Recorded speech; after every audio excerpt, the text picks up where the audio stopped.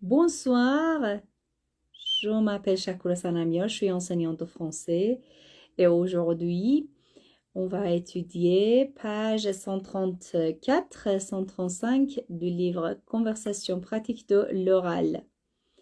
Bonjour Hossein et bienvenue dans notre live. Mais pour le moment, maintenant il est 10 heures du soir, il est 22 heures et j'espère que ça marche. Dites-moi s'il vous plaît si ça marche ou ça marche pas. سلام شکر سنامیان هستم مدرس زبان فرانسه حسین شهابی مونا پناهی به من بفرمایید که الان صدای من و تصویر من کامل هست یا نه فائزه مونا ça va فائزه oh là là ça fait un bail مونا ça fait longtemps on s'est pas vu depuis longtemps خیلی وقت همون ندیدیم بچه ها.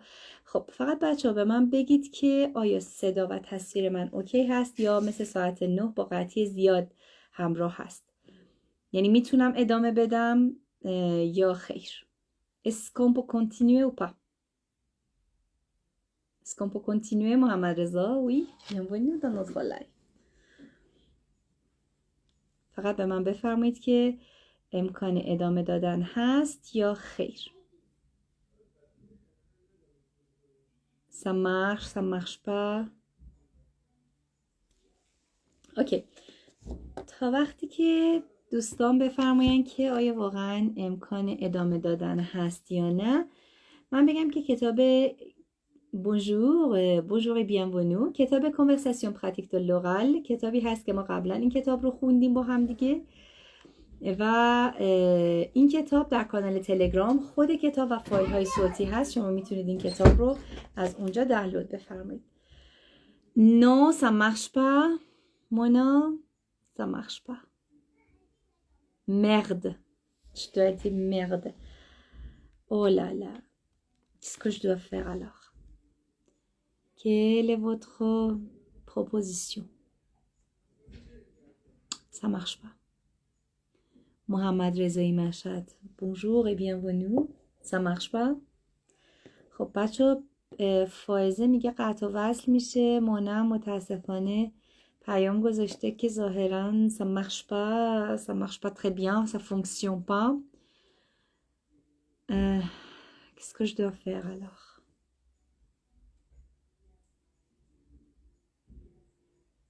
Oh là là.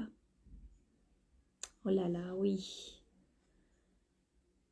شیرین bonjour. الان خوبه. خب ببینید بچه ها فقط به من dites-moi à propos de la qualité de l'internet, si je peux continuer, si je ne peux pas continuer, parce que je suis tout à fait prête pour vous enseigner page 134, 135 de ce livre-là. Dis-moi, Shirin, ça marche pas, ça fonctionne pas. Bonsoir آخرش او نداره محمد رضا، ولی به من بگید که ça marche ou ça marche pas. Dites-moi s'il vous plaît. Ça marche, oh là là, merci. Merci, ça marche. Très bien. اگه بگید ça marche یعنی داره کار میکنه. اوکیه. ادامه بدید. Est-ce que je peux continuer? Est-ce que je peux continuer? من باور کنید حاضرم بین ساعت 9 تا 12 هر ساعتی که شما بگید. من فقط میدونم که به هر حال یک جلسه در هفته رو با هم داشته باشیم، کلاس زبان فرانسه‌مون رو، و بتونیم ادامه بدیم. الان اوکی نیست؟ Ça marche? Merci. بچه که 2 نفر قشنگ به من بگید که اوکی هست که من شروع بکنم، چون زمانمون از دست نره. الان شیرین به من گفت اوکیه. Bonsoir Sardor, j'espère que vous allez bien. Oui, je peux continuer, merci. Merci Mariam Rafi. Mariam, est-ce que je peux continuer? Ça marche? Hossein, ça marche ou ça marche pas? La qualité de l'internet, c'est comment? Omid Rafali, bonjour et bienvenue. D'accord, si vous êtes d'accord, je vais continuer, Hamide Ibrahimi. Je vais continuer avec notre live. Merci Mariam. Le plaisir est partagé, et aussi toi aussi. La même chose chez toi. Ok, je vais continuer. Alors, Jusqu'à maintenant, nous avons étudié 63e live. Aujourd'hui, c'est notre 64e live. On va étudier page 134, 135 de ce livre-là. Quels sont les thèmes d'aujourd'hui? Quels sont les sujets qu'on va aborder aujourd'hui? On va étudier à propos de calmer les expressions. Merci, Mariam. C'est fatigant. Quoi, c'est fatigant? Ça marche très bien. Il y a quelques personnes qui disent ça va. D'accord. D'accord, Choré, bonjour. Ok. On va apprendre quelques expressions concernant calmer, آروم کردن, se défendre, از خود دفاع کردن, et aussi finalement on va étudier quelques expressions concernant s'excuser. Et pour la prochaine fois, c'est-à-dire page 136, on va continuer avec le sujet s'excuser. Qu'est-ce qu'on va faire maintenant? Maintenant, on va étudier quelques expressions concernant calmer. خب ببینید الان مثلا من عصبانی ام، شما میخواید منو آروم کنید، بگید که نه آروم باش، اوکیه، اینترنت داره کار میکنه، سواله هست، دارید میگید سمخش. دیگه چی میتونید بگید؟ بیاید سوژه های درس رو با موضوعات روز با هم دیگه تلفیق کنیم. وقتی که میخواید یه نفر رو آروم کنید بهش چی میگید؟ میخواید بگید که آروم باش، چیزی نیست، درست میشه. به فرانسه چی میگید؟ Qu'est-ce que vous allez dire pour calmer quelqu'un? Calmer quelqu'un. Calmer, یعنی آروم کردن. C'est-à-dire soulager. C'est-à-dire apaiser. C'est-à-dire tranquilliser. این کلمات رو، یک سری از کلمات رو براتون تو 2 تا صفحه‌ای که در کانال تلگرام هر جلسه قبل از اینکه بخوایم لایو رو داشته باشیم براتون میذارم. حالا چه بخواد لایو باشه، چه بخواد اون جلسه‌ای باشه که من 30 دقیقه برای شما ضبط میکنم. خب حالا میخواید یه نفر رو آروم کنید، بهش میگید که آروم باش، چیزی نیست، مشکلی نیست. چی میگید به فرانسه؟ چی بلدید؟ هم بچه‌های A1 اینجا میتونن استفاده کنن، هم بچه‌هایی که اصطلاحای خوب و قشنگ B1 B2 بلدن میتونن بگن. Qu'est-ce que vous allez dire pour calmer quelqu'un? J'attends. Pour calmer quelqu'un, qu'est-ce que vous dites? On dit کلمه کلمه گفتیم فعل هست. C'est un verbe. Maintenant pour le nom, quel est le nom du verbe calmer? فعل کلمه چی هست؟ فعلش که کلمه هست. اسمش چیه؟ Le calme. Le calme.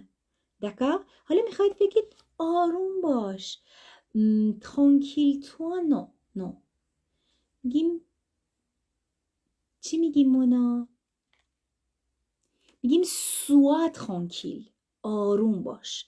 اگر بخواید فعل être رو به حالت، چون être tranquille هست دیگه، اینو بخوایم به حالت امری استفاده کنیم مونا میگیم sois باش یا soyez tranquille. این یک روشی بود که مونا بهمون گفت.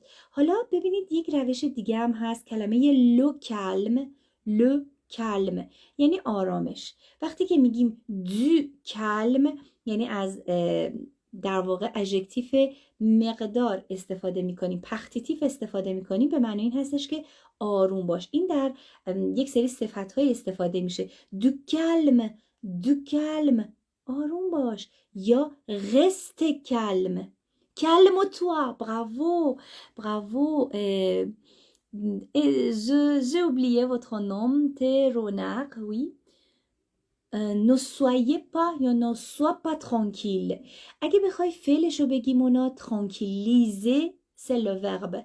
Tranquilliser. Mais la plupart du temps, on utilise le calme. Le verbe calmer et aussi le mot le calme, c'est plus fréquent à l'oral. D'accord? Et on dit du calme, calmez-vous, calme-toi, ou restez calme. Et on dit ben écoute, il n'y a rien. Écoute, گوش کن. ببینید این رو هم فرانسوی خیلی استفاده میکنن. گوش کن، خبری نیست، مشکلی نیست، آروم باش. Du calme ou calme-toi ou calmez-vous. اگر برای وو باشه میگیم calmez-vous. اگه برای تو باشه میگیم calme-toi. این چیزی که مونا گفت tranquillise toi این اصلا به گوشم نخورده، اصلا برام آشنا نیست.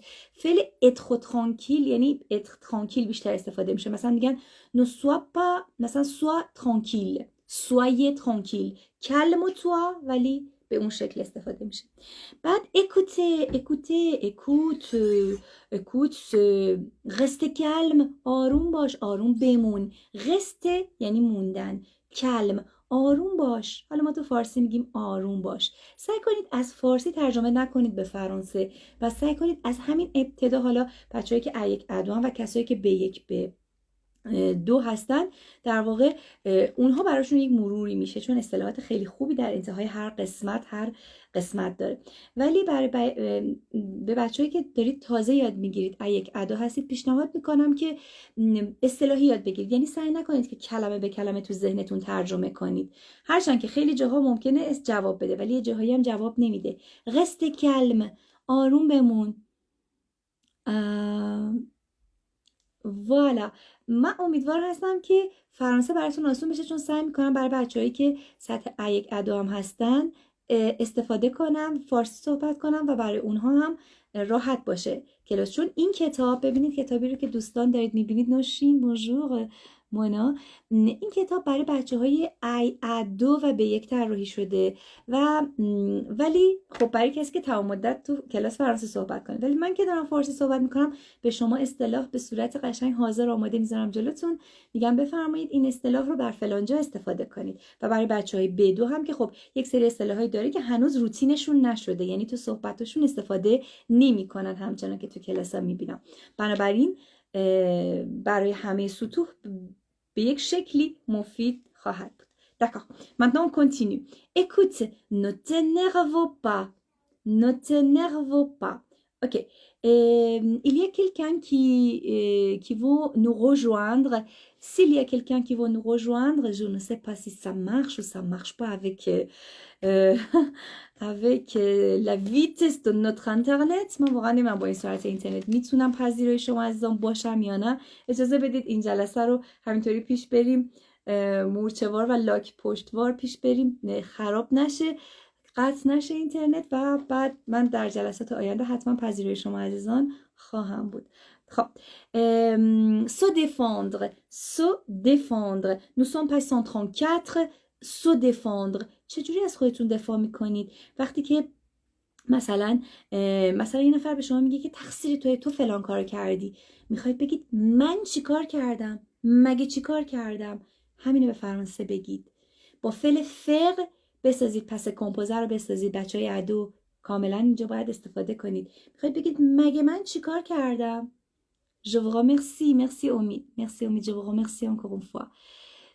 J'aimerais vous recevoir, j'aimerais vous rejoindre, mais malheureusement, je ne sais pas si ça marche ou ça marche pas à cause des coupures d'internet en Iran, des restrictions de l'internet. Nazi, bonjour. Ok. Maintenant, dites-moi si vous voulez vous défendre. Qu'est-ce que vous dites? مگه من چیکار کردم؟ به فرانسه به من بگید چی میگید؟ مگه من چیکار کردم؟ چه کاری مگه انجام دادم که الان تو میگی تقصیر توه؟ پر اگزامپل بچهای A2 تندی بسازید. A1 آخرش خوندید؟ آخری A1. Oui, merci نرگس. Merci, c'est vraiment gentil. نرگس تو این تایم اومد به من چند تا فیلتر شکرم معرفی کرد که ما کمتر قطع بشیم. Merci نرگس pour le VPN. Mais je n'ai pas utilisé encore le VPN que vous m'avez recommandé. D'accord. Mahdi, oui. Qu'est-ce qu'on dit? Qu'est-ce que j'ai fait? Qu'est-ce que j'ai fait? چیکار کردم؟ زمان گذشته. فعل فر. بچه ها رونق از ما میپرسن که چه کتابی هست. کنورساسیون پراتیک دو لوغال هست، صفحه 134 135 شاپیتر 8 هستیم. این کنفلی، تضادها، شاپیتر 8 که در کنفلی هست خیلی طول کشید، ولی امیدوارم که از الان به بعد بتونیم این تایم ادامه بدیم. J'espère qu'on va continuer à partir de maintenant même heure, même endroit. On va continuer avec ce livre-là. پس 134 135 اگر که ندارید این دو صفحه رو همین الان بزنید روی استوری و سیو کنید بر خودتون، از کانال تلگرام دانلود کنید و با من همراه باشید. se défendre. Qu'est-ce que j'ai fait؟ چیکار کردم؟ مگه من چیکار کردم؟ Qu'est-ce que j'ai passé composé j'ai fait یا به قول حسین j'ai fait quoi j'ai fait quoi qu'est-ce que j'ai fait چیکار کردم. خب حالا میخوایم کمی رسمی ترش کنیم. میگه که چرا منو سرزنش میکنی، درباره چی منو سرزنش میکنی. qu'est-ce que vous me reprochez qu'est-ce que vous me reprochez با هم دیگه تندش کنیم. شما هم بگید qu'est-ce que vous me reprochez qu'est-ce que vous me reprochez. Reprocher quelqu'un, c'est-à-dire blâmer quelqu'un. Blâmer quelqu'un. D'accord, Pouria? Blâmer quelqu'un. Et reprocher quelque chose à quelqu'un. D'accord, pour ceux qui sont au niveau B1, B2, reprocher quelque chose à quelqu'un. Faites attention, complément, objet indirect. D'accord? Contester les paroles de quelqu'un. Contester, c'est-à-dire refuser. Refuser. Quand vous voulez refuser les paroles de quelqu'un, quand vous voulez opposer quelqu'un, qu'est-ce que vous faites? Qu'est-ce que vous dites? چی میگین وقتی که میخواین با یک نفر مخالفت کنین؟ آفرین نوشین. qu'est-ce que j'ai fait؟ مگه من چی کار کردم؟ qu'est-ce que vous me reprochez؟ چرا سرزنشم میکنی؟ qu'est-ce que vous me reprochez؟ qu'est-ce que vous me reprochez? D'accord? Et pour contester les paroles de quelqu'un میخوای بگی که میخوای از خودت دفاع کنی، بگی که نه اینایی که میگی دروغه.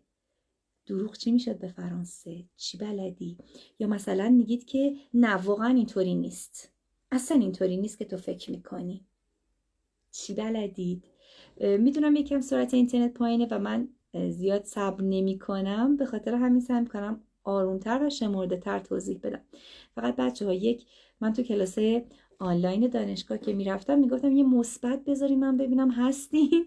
حالا شما که هستین حضور دارین، فقط به من بگین صدا و تصویر اوکی هست، هماهنگ هست. pas d'intérêt? Ah, vous n'avez pas d'internet? Mais comment vous êtes ici? Ok, d'accord. Est-ce que ça marche? Est-ce que ça marche ou ça marche pas? Ok, je vais continuer alors. Si vous ne dites rien, c'est-à-dire ça marche. D'accord? Ça marche? Ok. Contester les paroles de quelqu'un, میخوای بگید نه این نیست. این نیست. Ce n'est pas ça. Ce n'est pas ça. Ce n'est pas ça. بعد میخواید بگید که میگید من هرگز نگفتم که من این کار رو انجام خواهم داد. من هرگز نگفتم. Je n'ai jamais dit ça. من je n'ai jamais dit ça.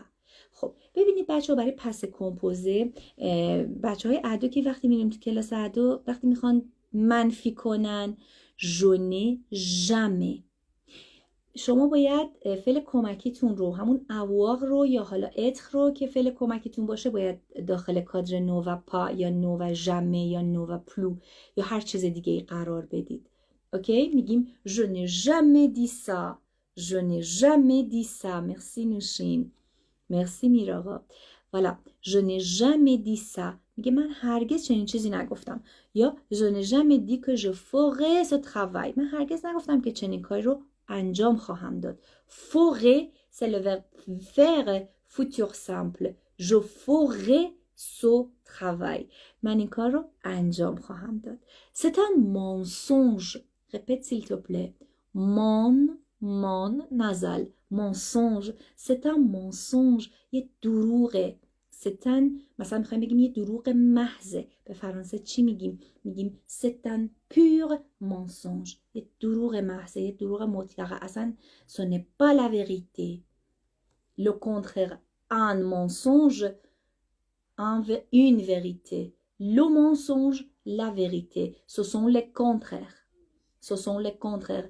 Le mensonge, la vérité. D'accord? Ce sont les deux mots contraires. Voilà. Très bien. Merci Mona. Merci Hossein. Je n'ai jamais dit ça. Ce n'est pas comme ça, ce n'est pas comme ça. Ici, nous avons pas l'internet sauf preuve contraire. Oui, vous êtes où, Omid? D'où venez-vous? D'où venez-vous, monsieur? Ok, rejeter ou rejeter la responsabilité. Merci Narcisse, merci Nouchine. Je n'ai jamais dit ça. Faites attention, je n'ai jamais dit par exemple je n'ai jamais dit que je ferai ce travail. من هرگز نگفتم که این کارو میکنم. بنابراین تو نباید به من ایراد بگیری. بنابراین شما دارید خودتون رو جوستیفیه میکنید. جوستیفیه یعنی خودتون رو توجیه میکنید و دارید از خودتون دفاع میکنید. اوکی؟ C'est un mensonge. C'est un pur mensonge. دروغ محض. Voilà. Maintenant, rejeter la responsabilité. Rejeter la responsabilité, c'est-à-dire ne pas accepter. C'est-à-dire ne pas assumer. Ne pas assumer la responsabilité. Refuser. Refuser la responsabilité. Qu'est-ce que ça veut dire rejeter la responsabilité? C'est-à-dire مسئولیت رو رد کردن. میذارید کنار میگید این امکان نداره. Ce n'est pas moi. من نیستم. Je ne suis pas responsable. من مسئول این کار نیستم. یا ce n'est pas de ma faute. یا ببینید میگیم ce n'est pas ma faute. یا میتونید بعد از ce n'est pas دو بیارید. مثلا میگیم pas de question. سوالی هست. سوالی نیست. pas de question. pas de question. سوالی نیست. حالا به همین روش میتونید برای اینکه بگید تقصیر من نیست ce n'est pas de ma faute. ce n'est pas de ma faute. درست شد؟ ce n'est pas de ma faute یعنی تقصیر من نیست. حالا میخواید بگید که من هیچ کارم. ببینید من این رو تو کلاس B2 آخر B1 و ابتدای B2 بچه ها چند بار استفاده کردم، چند نفری نمیدونستن. بنابراین به شما پیشنهاد میدم این رو استفاده کنید سطحتون بره بالاتر. Je n'y suis pour rien. من هیچ کارم. تقصیر من نیست. Je n'y suis pour rien. Je n'y suis pour rien. Je n'y suis pour rien. این اصطلاح رو که اینجا نوشته خیلی خیلی اصطلاح خوبی هست. به فرانسه میخواد بگه تقصیر من نیست. Ce n'est pas de ma faute. Je n'y suis pour rien. Par exemple, pour la coupure d'internet, je n'y suis pour rien. Excusez-moi. Je n'y suis pour rien. Ce n'est pas de ma faute. تقصیر من نیست. من هیچ کارم. Je n'y suis pour rien. Je n'y suis pour rien. درست شد؟ خب حالا بریم یکم اصطلاح یکم توضیح بیشتری بدیم راجع به این مسئله که میخواید بگید مسئولیت رو رفع مسئولیت کنید، بگید تقصیر من نبوده. vous m'aviez dit que در واقع پس کمپوزه یک تایم میره عقب‌تر. vous m'aviez dit que vous m'avez dit que میشه پس کمپوزه و vous m'aviez dit que میشه پلوس کو پارفه. یک زمان میره عقب‌تر میگه شما قبلا به من گفته بودید. vous m'aviez dit que vous étiez d'accord. به من گفته بودید که موافقید. vous m'aviez dit que vous étiez d'accord. وقتی میخواد یکم وووایه کنید، یکم رسمی تر صحبت کنید و از خودتون رفع مسئولیت کنید. vous voulez rejeter la responsabilité et vous ne voulez pas accepter la responsabilité. vous m'aviez dit que vous étiez imparfait.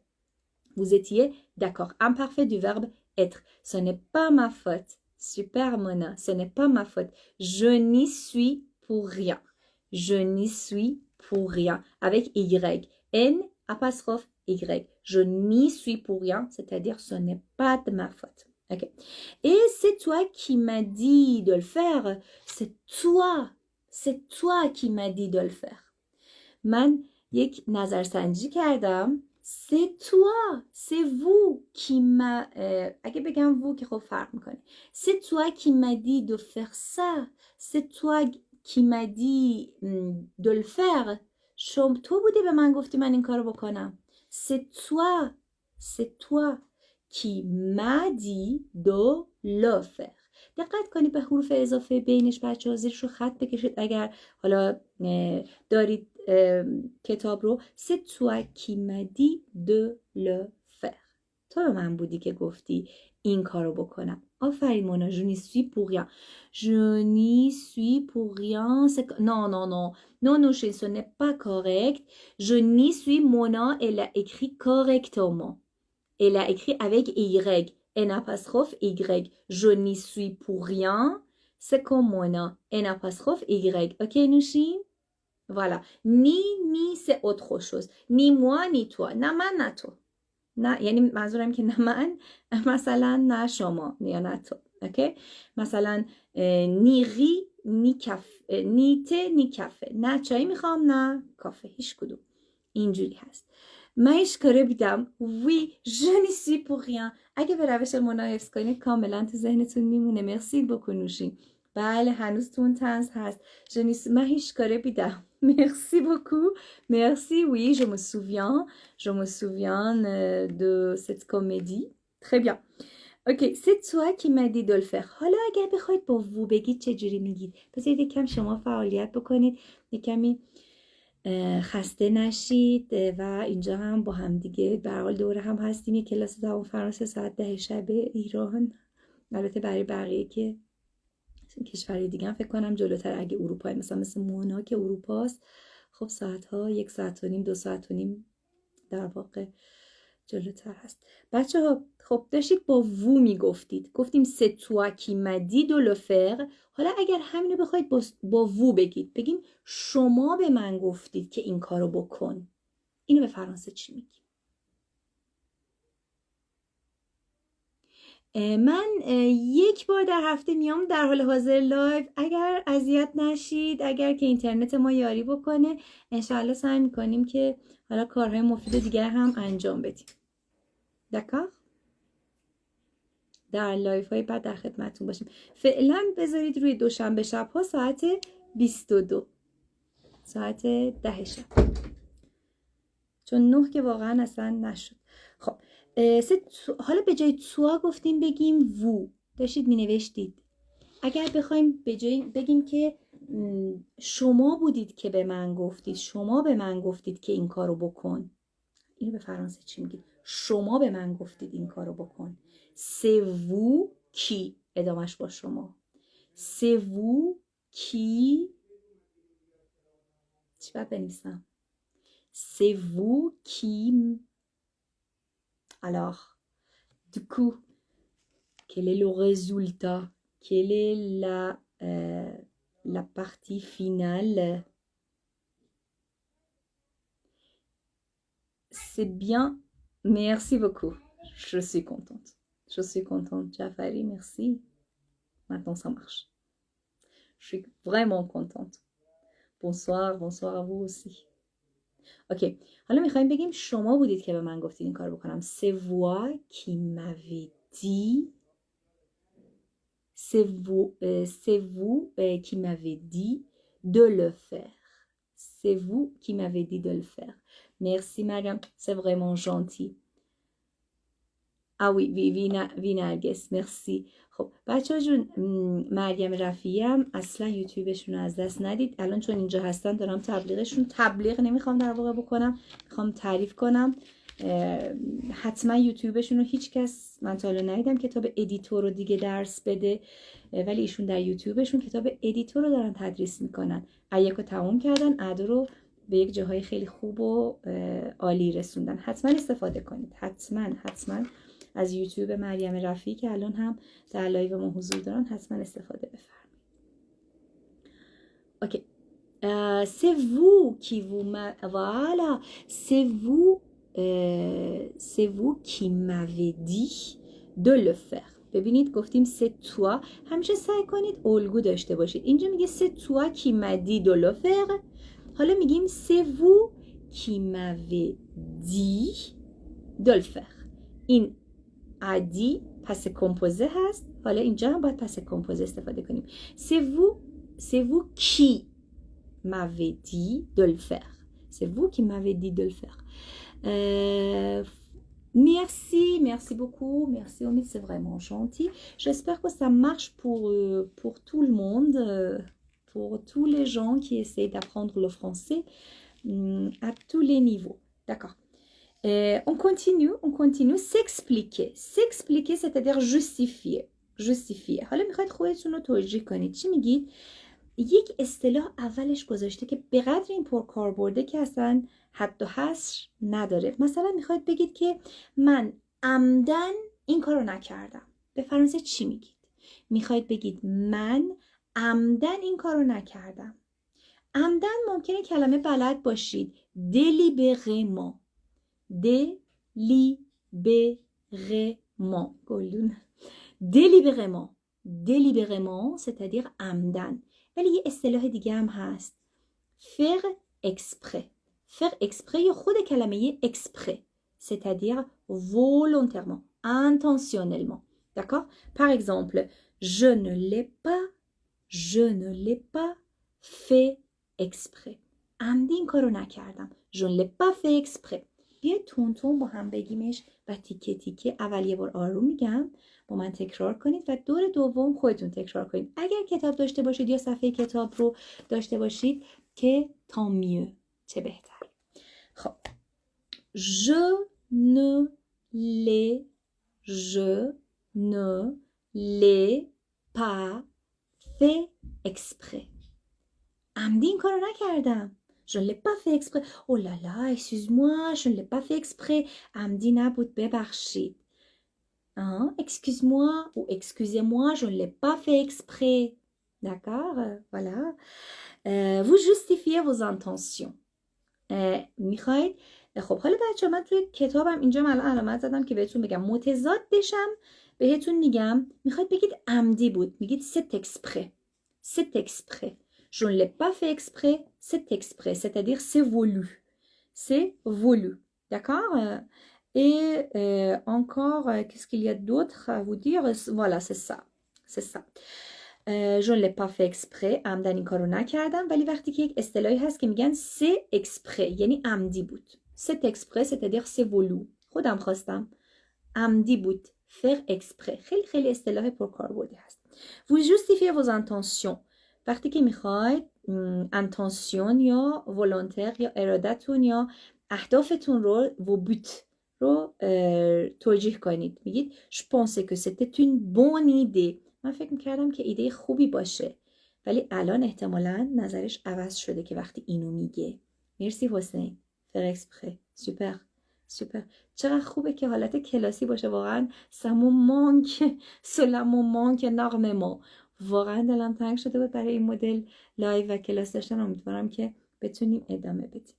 خب je pensais que c'était une bonne idée. من فکر میکنم که ایده خوبی باشه. je pensais que c'était une bonne idée.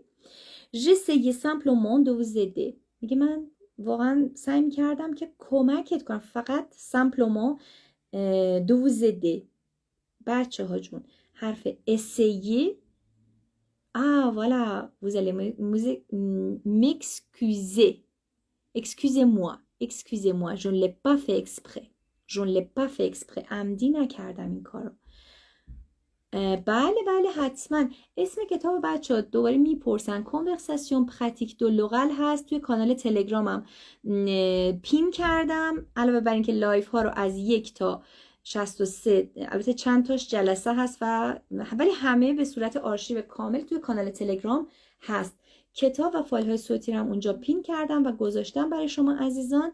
میتونید از اونجا دانلود کنید و سطح این کتاب برای اعدا و به یک طراحی شده، ولی میبینید که روشی که من دارم توضیح میدم به درد A1 هم میخوره. voilà, il y a des coupures. D'accord. و همچنین اصطلاحاتی که داره سطح B2 هم میتونه پروفیته کنه و جمع‌بندی کنه. Maintenant ça marche. Je ne l'ai pas fait exprès. Excuse-moi, ça marche? Est-ce que vous m'entendez? Dis-moi s'il vous plaît. Dites-moi s'il vous plaît, est-ce que ça marche ou ça marche pas? Oui, non. Parce que Monsieur Jaafari, il m'a dit qu'il y a des coupures d'internet encore. Oh là là.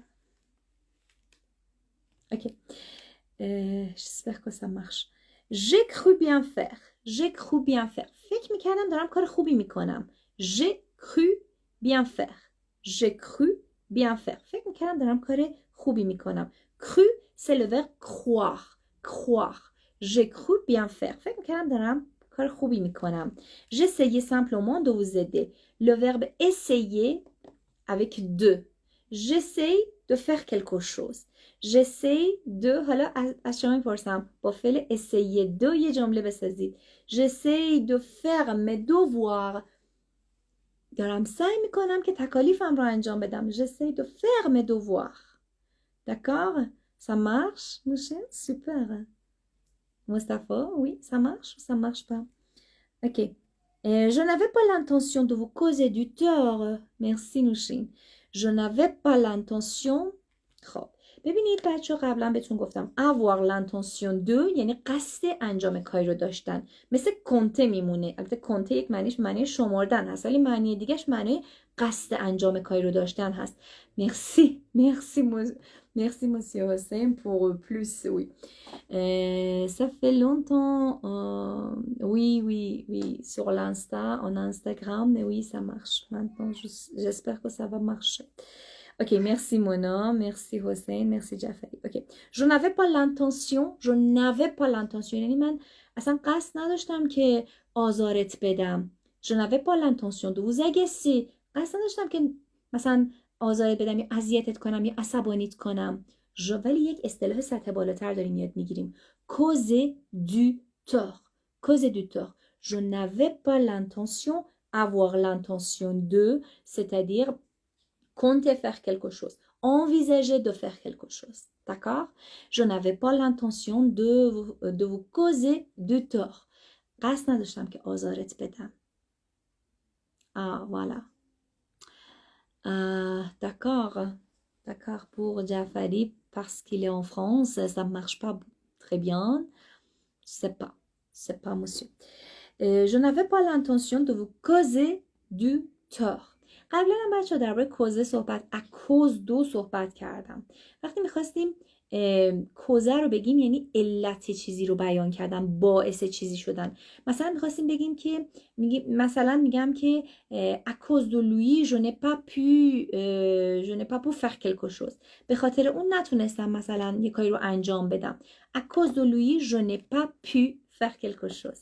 به خاطر اون نتونستم. پس اکوز دو دقیقا متضاد گراس ا هست. گراس ا می پارون je peux réussir. به لطف والدینم میتونم موفق بشم. گراس ا می پارون je peux réussir. ولی حالا متضادش مثلا میخواید یک دلیل منفی رو بیان کنید میگید اکوز دو و این تو ذهنتون بمونه. حالا اینجا میگه causer du tort. causer du tort c'est-à-dire agacer quelqu'un, nuire quelqu'un یعنی آزار دادن، آسیب رسوندن به quelqu'un، به شخصی. اوکی؟ Causer du tort.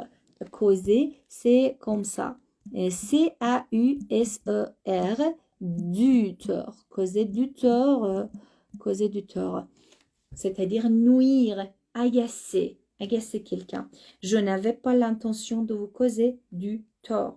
C'est-à-dire de vous causer des difficultés, de vous causer des ennuis. D'accord? Maintenant, page 135. Vous n'aviez pas le choix. وقتی که هیچ علتی هیچ شوایی ندارید. Vous n'aviez pas le choix. یعنی هیچ ببخشید زمان گذشته است. Vous n'aviez pas le choix یعنی حق انتخابی نداشتید. Voir exprimer la nécessité. Page 107.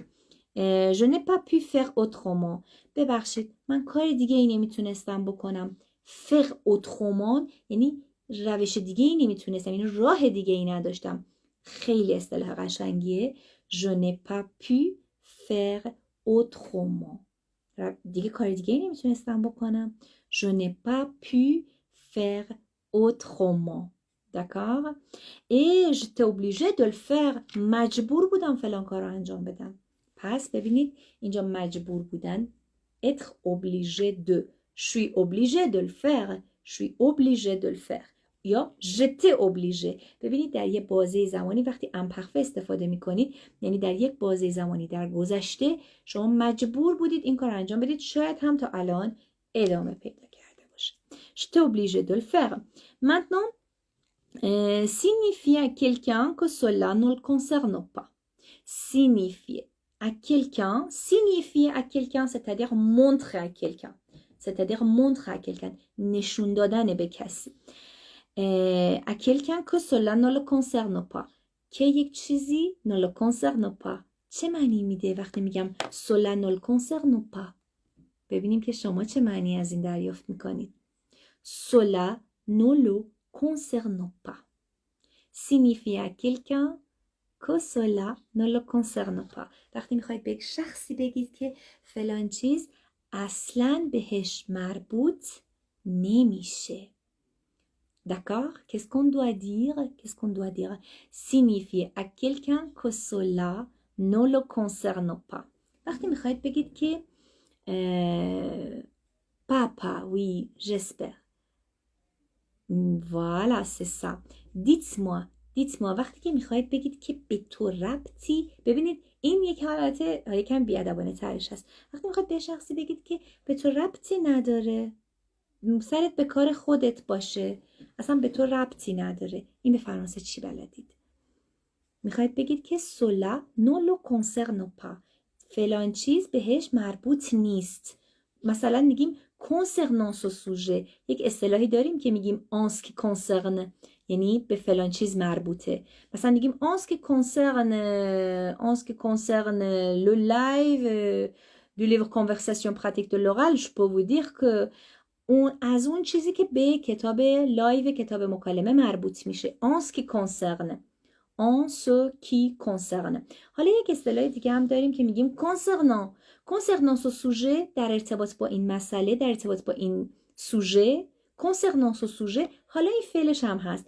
concerner c'est-à-dire intéresser، c'est-à-dire regarder. regarder فقط معنی دیدن نداره، معنی مربوط شدن هم داره تو فرانسه. مثلا میگیم به من ربطی نداره. چی میگید وقتی میخواید بگید به من ربطی نداره؟ cela ne me regarde pas. cela ne me regarde pas. به من مربوط نیست.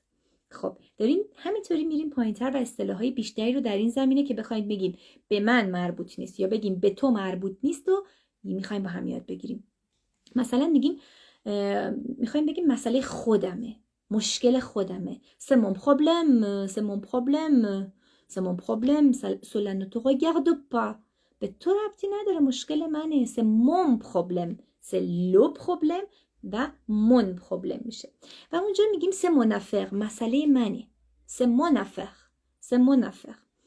بعد نکته دیگه میگیم ça me regarde، به خودم مربوطه. ça me regarde, ça me regarde, cela ne te regarde pas.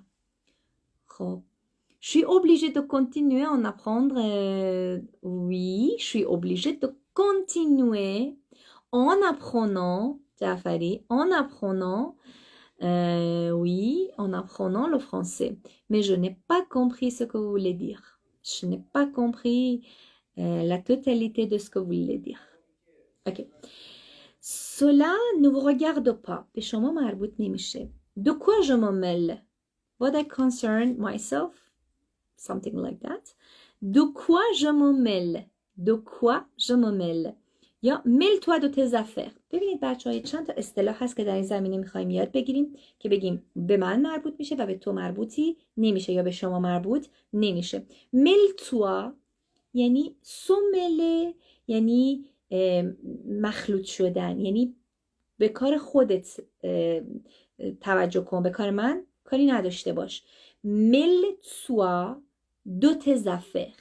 mêle-toi de tes affaires. به کار خودت برس. به کار خودت برس. به کار خودت برس. mêle-toi de tes affaires. از اینجا به بعد دیگه بهتون پیشنهاد میدم که ce n'est pas votre affaire. ce n'est pas votre affaire. ce n'est pas vos affaires. ولی کلمه affaire وقتی که نوشین به این شکلی که استفاده کرده میگیم ce n'est pas vos affaires، اون معنی که ما فکر میکنیم هم داره، درسته هنگامه، ولی یک معنی دیگه هم داره. معنی این که مثلا میگیم ce sont mes affaires. ce sont mes affaires. ce sont mes affaires ou ce ne sont pas vos affaires. ce sont mes affaires یعنی اینا وسایل منه. اینا وسایل منه. ce sont mes affaires. درسته؟ ولی برای کلمه سومله یا سوکوپه این دوتا خیلی کاربرد داره با کلمه افر. مثلا میگیم مل توا دو تزفر، مل توا تینا دو تزفر، یعنی سرت به کار خودت باشه. اوکوپ توا دو تزفر. یک اصطلاح دیگه که گفتم نباید اینو ترجمه کنیم، میخوایم فرانسوی میگن سرت به پیازه خودت باشه. یک اصطلاحه من ترجمه کردم که تو ذهنتون بمونه. ای بابا این همه چیزای بهتر از پیاز هست، ولی فرانسوی میگن سرت به پیازای خودت باشه. میگن سوسون مزونیون، سوسون مزونیون. ببینید اینجا من از لحاظ تلفظی یک نکته رو به شما عزیزان بگم. درسته که اونیون رو ببینید دزوله. خب شما میتونید موسیو جعفری همین الان دانلود بفرمایید. من این رو ببینم درست دارم می نویسم همینطور چون حواسم به صحبت کردن هست. ببینید اونیون، اگر او و ای رو من میخوام از لحاظ تلفظی یک توضیحش بدم. او و ای هر جا که ببینید صدای او میده، مثل تخوا، خب تخوا یا کلمات دیگه. ولی وقتی ژ و ان کنار هم باشن صدای نی میدن، مثل اسپانیول، اسپانیول. ولی حالا اینجا وقتی که این دوتا کنار هم قرار میگیرن نمیدونیم صدا بره بالا، صدا بره کنار. من این رو بارها و بارها گوش دادم برای اینکه این سوال بچه ها هم بوده قبلا. میگیم تزونیون، اونیون، صدا بالا نمیره چون وقتی که این حالت وایل داره کنار هم قرار میگیرن یه کمی همو خنثی میکنن. این نکته هم گفتم بهتون بگم که شما نگید که ما همیشه او و ای رو که میدیدیم میگفتیم اوا مثل خوا. اینجا اینطوری نیست، میگیم سونوسون پاتزونیون، این پیازه تو نیست، این مشکل تو نیست. سونوسون پاتزافر، سونوسون پاتزافر، cela ne te regarde pas، cela ne te regarde pas، ce ne sont pas tes oignons. و ببینید dans la langue familière و در زبان محاوره هست. ce ne sont pas tes oignons، اینا پیازه تو نیست. بنابراین وقتی که در زبان فامیلیر استفاده میکنیم یعنی محاوره دیگه وو استفاده نمیشه. مثلا نمیگیم سونو سونپا وزونیون، معمولا استفاده نمیشه اینطوری. میگن سون سونپا des oignons parce que cette expression utilise dans la langue familière normalement, d'accord? Ok. Mais dire que le n'est pas concerné، وقتی که میخواید بگید که ما concerné نیستیم یعنی به ما مربوطی نمیشه. cela ne me concerne pas یا ça ne me concerne pas، ça ne me regarde pas. ببینید چند تا کلید بهتون میگم توی ذهنتون اگر داشته باشید همیشه میتونید اینو بسازید که بگید به من مربوط نیست یا به تو مربوط نیست. یکی فعل regarder، یکی فعل concerner و البته اگه اونیون هم کلمه پیاز هم یادتون باشه یعنی به یه کسی ربط داشتن. اونیون افر، ce ne sont pas tes affaires، ce ne sont pas tes oignons، cela ne me regarde pas، cela ne te regarde pas، cela ne vous regarde pas. Ok? Dire que l'on n'est pas concerné، cela ne me concerne pas، به من ربطی نداره. cela ne me regarde pas، به من مربوط نمیشه. ce n'est pas mon problème، مشکل من نیست. ce n'est pas mon problème، ce n'est pas mon problème، ce n'est pas mon problème. et ce n'est pas mes oignons، مشکل من نیست، پیازای من نیست. ولی اصطلاحاً یعنی مشکلات من نیست، مسئله من نیست. ce ne sont pas mes affaires، ce ne sont pas mes affaires، je n'ai rien à faire، je n'ai rien à faire یعنی من هیچ کاری نمیتونم براش بکنم. je n'ai rien à faire اینم به حالت اصطلاحی داشته باشید. je n'ai rien à faire، je n'ai rien à faire. یک نکته هست بچه شاید نظر شما رو هم اینجا جلب کرده باشه و اون که bonsoir هنگام سلابیان، که این که این فعلی که این تو جمله آخر با هم خوندیم je n'ai rien à faire چرا نو نیاورده؟ نمیگه je n'en ai rien à faire. چرا؟ چون محاوره است. جوابتون رو میگم چون محاوره است. je n'ai rien à faire، من کاری نمیتونم براش انجام بدم. j'en ai rien à faire. s'excuser، reconnaître ses torts یعنی اشتباهاتتون رو بدونید. reconnaître ses défauts، عیبهاتون رو بدونید. c'est tort. C'est ma faute. مشكلة مني. C'est moi le responsable. مسئولش منم. C'est moi le responsable, par exemple, de ce, je ne sais pas, de cette chambre, par exemple. Non, non, non, non. Il y a un an, j'ai eu mal à apprendre à communiquer avec les œufs. J'avais souhaité, mais vous parlez très bien, monsieur Jafari. Maintenant, on va terminer dans quelques minutes, Hengame. On va terminer. On a commencé à 10 heures. Notre live a débuté 10 heures, vers 10 heures. D'accord? Vers 10 heures du soir. C'est ma faute, c'est moi le responsable. Man مسئولشم. J'ai eu tort. J'ai eu tort. Avoir tort یعنی اشتباه کردن. Avoir raison یعنی حق داشتن. مثلا وقتی میخواید بگید دیدی من حق داشتم. J'ai eu raison. حق داشتم. J'ai eu raison. من حق داشتم. حالا میخوایم بگیم اخ من اشتباه کردم. J'ai eu tort. Désolé. J'ai eu tort. Tu as raison. Tu as eu raison. تو حق داشتی. Tu as eu raison. D'accord? Avoir raison یعنی حق داشتن. Avoir tort یعنی اشتباه کردن. من اشتباه کردم. J'ai eu tort. یا je me suis trompé. یا اصطلاحاتی از این قبیل. بچه ها بریم یه مرور با هم بکنیم. اینجا رو تموم کنیم. فرنچ آکادمی بونجور بیانونیو. یه مرور بکنیم اصطلاحاتمون رو و با هم خدافزی کنیم که امیدوارم سیف بشه. کلمه allons du calme. Allons du calme. Très bien. Très bien. Calmez-vous. Restez calme. Ne t'énerve pas. Ne t'énerve pas. خودتو عصبانی نکن. S'énerver, c'est-à-dire se mettre en colère. Se défendre. Qu'est-ce que je fais? Qu'est-ce que vous me reprochez? Et c'est un mensonge. دروغه. C'est un mensonge. Je n'ai jamais dit que je ferais ce travail. من هرگز نگفتم این کار رو انجام میدم. Je n'y suis pour rien. هیچ کارم. Je n'y suis pour rien. Très bien. Très bien. Bravo, Jafari. Et je ne l'ai pas fait exprès. عمدن این کار رو نکردم. Je ne l'ai pas fait exprès. J'ai cru bien faire. فکر می‌کردم کار درستی دارم انجام میدم. Je n'avais pas l'intention de vous causer du tort. واقعا قصد نداشتم که آزارتون بدم. Je n'avais pas l'intention de vous causer du tort. Je n'avais pas l'intention de vous causer du tort. Et je n'ai pas pu faire autrement. دیگه نمیتونستم کار دیگه بکنم. حالا وقتی میخوایم بگیم مشکل منه، کار منه، میگیم که c'est mon affaire. C'est mon affaire. C'est mon problème. حالا میخوایم بگیم که به تو ربطی نداره. Cela ne te regarde pas. Ce ne sont pas tes oignons.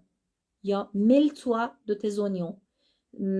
یعنی سرگرم برو پی کارت، به کار خودت برس. mêle-toi de tes affaires. mêle-toi de tes oignons. occupe-toi de tes affaires. occupe-toi de tes oignons. D'accord? Et ce ne sont pas mes affaires, ce ne sont pas mes oignons. Ce ne sont pas tes oignons, ce ne sont pas tes affaires. درست شد؟ و در نهایت میخواید بگید که من اشتباه کردم. j'ai eu tort. میخواید بگید حق داشتم، درست گفتم. j'ai eu raison. j'ai eu raison.